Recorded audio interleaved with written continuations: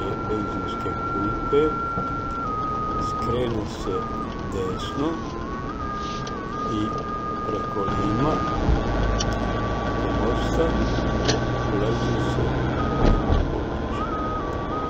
Neposredno poslije mosta desno je put za farmu pilića, a lijevo se nalaze pogon za namještaja,